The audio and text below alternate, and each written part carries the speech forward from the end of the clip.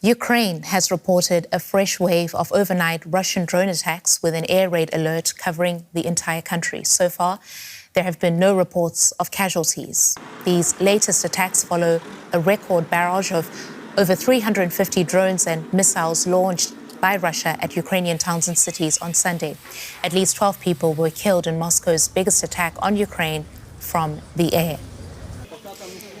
Now, US President Donald Trump has issued a rare rebuke of Vladimir Putin after the latest massive attack and said on social media, quote, "Something has happened to him. He's gone absolutely crazy," close quote. And here's what he told reporters at the White House. I'm not happy with what Putin's doing. He's killing a lot of people, and I don't know what the hell happened to Putin. I've known him a long time, always gotten along with him, but he's sending rockets into cities and killing people, and I don't like it at all, okay? We're in the middle of talking, and he's shooting rockets into Kiev and other cities. I don't like it at all. And we can get more now from DW correspondent Max Zander, who is in Kiev. It's good to see you, Max. Just give us a sense of how this is going down in Kiev, the US president calling Putin crazy. Do the authorities in Kiev now expect more pressure on Russia coming from the US? Well, Christine, it's certainly a change of tone, for sure, but I don't think that the Ukrainian leadership is going to interpret too much into this. They know Trump is impulsive, he's unpredictable, and he lashes out and doesn't adhere to diplomatic norms. In fact, just about 2 months ago, he called the Ukrainian president a dictator and has since also changed his tone. Now, the Ukrainians know that Trump is unpredictable. That's why some of them got their hopes up when he came into office, thinking that perhaps he would be able to do something that President Joe Biden wasn't able to do or wasn't daring to do, to challenge Putin. It was the exact opposite in a sense, that he was trying to appease Putin, try to win him over, try to walk away as a deal maker by having Putin on his side. Now, there's a bit of a change to that, it seems. The tone is different. In addition to what Trump said, we heard Keith Kellogg, the special envoy, the U.S. Special Envoy for Ukraine, following Saturday's attack, criticizing Putin and calling these attacks a violation of the Geneva peace protocols. But so far, these are just words, and they haven't translated into any actions such as stronger sanctions, for example. So, Max, after Sunday's largest air attack on Ukraine in this war, Russia keeps launching drones and missiles. And I noted that Ukraine's emergency services said that there is an atmosphere of terror in the country because of these strikes. Can you tell us more about that? Right, that's correct. I mean, we had the third night of large-scale attacks in Ukraine. Last night, again, combined missile and drone attack, various parts of the country. We haven't heard a lot of details of what happened last night, only that there were attacks in the Kyiv region, especially in the Khmelnytsky region in western Ukraine and in the Odessa region. This follows large-scale attacks, the biggest attack in the history of this full-scale invasion, which happened the night from Saturday to Sunday with 367 combined missile and drone attacks, which led to lots of property being damaged, dozens of people being injured, and more than a dozen people at least being killed, some of them being children far away from the front line. So this comes with terrible scenes that play out in the cities, such as here in Kiev, for example. Lots of noise. You have explosions from rockets being intercepted. You have the night sky being lit up by tracer munition, drones coming down. These are horrific scenes for people who are just trying to go about their daily lives, who are in bed sleeping. So what we're hearing from a lot of people now is that they have been taking sheltering more seriously.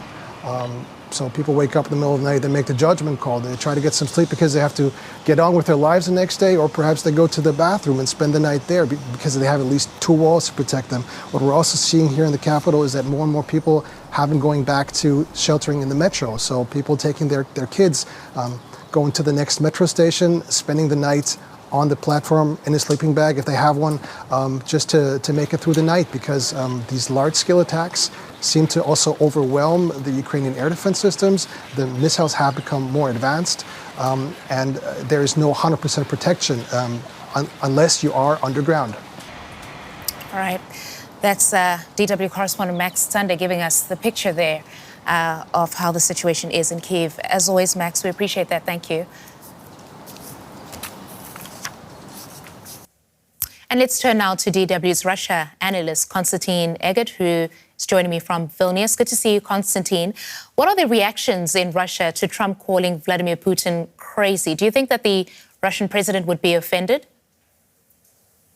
Well, because of the time difference, there's not yet much reaction, but I do think that there's going to be usual propagandistic salvo on Russian TV saying that it's the West that's crazy. But generally, I think that there's not going to be any kind of, if you wish, very negative pushback from the Kremlin, because the Kremlin thinks that the position of the current American administration, as long as it remains what it is now, benefits it. So I do not think there's going to be any show of offense. Right, and Trump's remarks come as European allies and even some in Trump's own Republican Party are calling for increased pressure on Russia to agree to a ceasefire. Has a ceasefire become more likely now?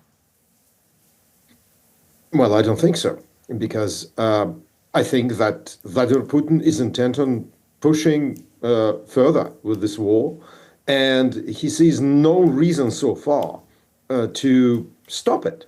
And the consensus that exists already in Congress, as far as I understand, 81 senators out of 100 are prepared to vote on a very tough sanctions package against Russia that will really pressure Russia. It's ready, but nothing happens. So as long as it's only rhetoric, Putin will continue to push further with his war. That's his goal, to win this war and subjugate Ukraine. That's my personal opinion. Konstantin, just staying on the point about the sanctions, when it comes to putting more pressure via sanctions, what could ultimately hurt Russia so much that Putin has no other option than to agreeing to a ceasefire with Ukraine? Christine, I think that there are two things that could really make a difference. Massive sanctions against the Russian tanker fleet, and secondly, supplies of weapons to Ukraine, including Taurus missiles from Germany, which were promised by the current Chancellor, Friedrich Merz, when he was campaigning during the election to the Bundestag. So weapons and massive sanctions against Russian energy sector. Actually, I would add a third thing, pressure on third countries that continue to buy Russian oil and gas, India and China, to stop doing that. I think that these are the components of an effective sanctions/supply, weapons supply regime. And perhaps just looking at, Russia having now attacked Ukraine for a third night in a row with those drones and missiles. Just remind us again, Konstantin, what Putin's ultimate military goal is here. Well, first of all, such bombardments, and I've been under such bombardments in Kyiv earlier when I traveled there, they are aimed at terrorizing the civilian population, in creating panic and creating pressure from below on the Ukrainian government essentially to surrender.